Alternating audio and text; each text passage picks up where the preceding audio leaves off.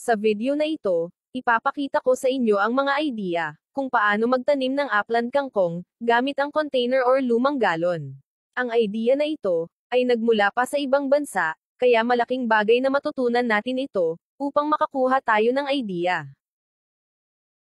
Ang unang gagawin, ibabad sa tubig ang buto sa loob ng 24 na oras upang mamaga ito para mabilis itong mag-germinate. Ngayon naman, gagawa ng punlaan para makasigurado ka kung mabubuhay ba ang buto o hindi. Sa ganitong paraan makapili ka pa ng magandang quality ng seedlings.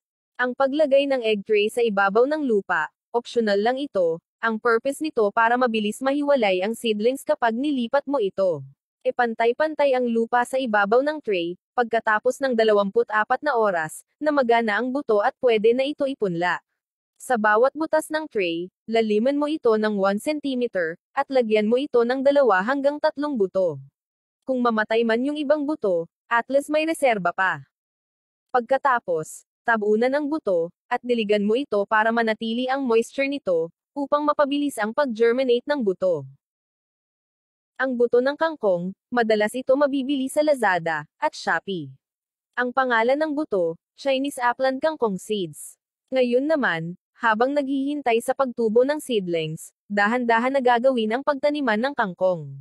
Gagamit ka lang ng container, pwede bago or pwede rin luma. Ang gagawin sa container, hatiin ito sa gitna, para mas maraming puno na pwedeng itanim, dahil malapad ang area nito.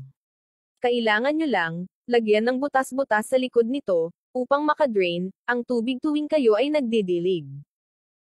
Lagyan ng lupa ang container, dapat ang lupa mo dito ay buhaghag at malambot.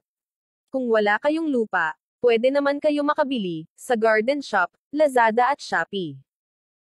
Pagkatapos ng 7 araw, ganito nakalaki ang seedlings, berde na berde at malusog pa. Sa ganitong edad pwede na ito ilipat sa container, or sa malaking area, at depende sa inyo kung malaki ang lupain mo ay swerte mo, dahil mahal ang kangkong sa merkado. Ang paglipat ng seedling sa container, samahan mo ito ng lupa para hindi maputol ang ugat, at para mabilis lang din itong mabuhay. Ang distansya sa pagtanim ng seedlings, pwede 5 cm, pwede magkalayo, or magkalapit okay lang yan. Dahil ang kangkong mas gusto nila ng dikit-dikit at para pantay-pantay ang paglaki nito.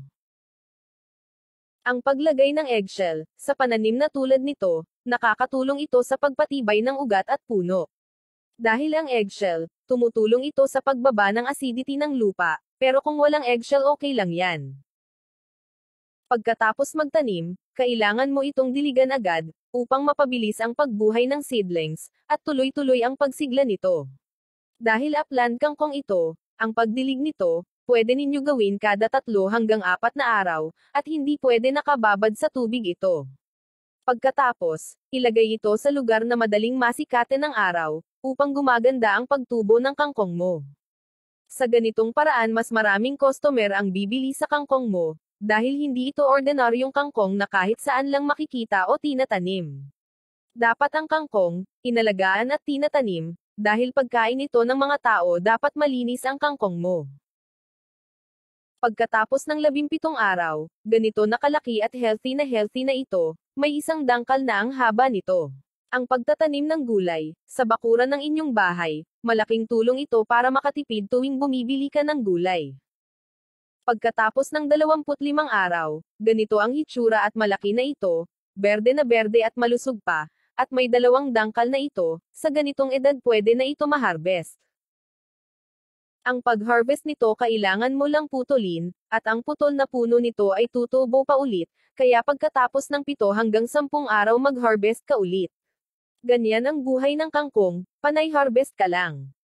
Kung gusto mong matutunan ang iba pang mga idea sa pagtatanim ng gulay, huwag kalimutan mag-follow, para updated ka tuwing may bagong upload ako na videos.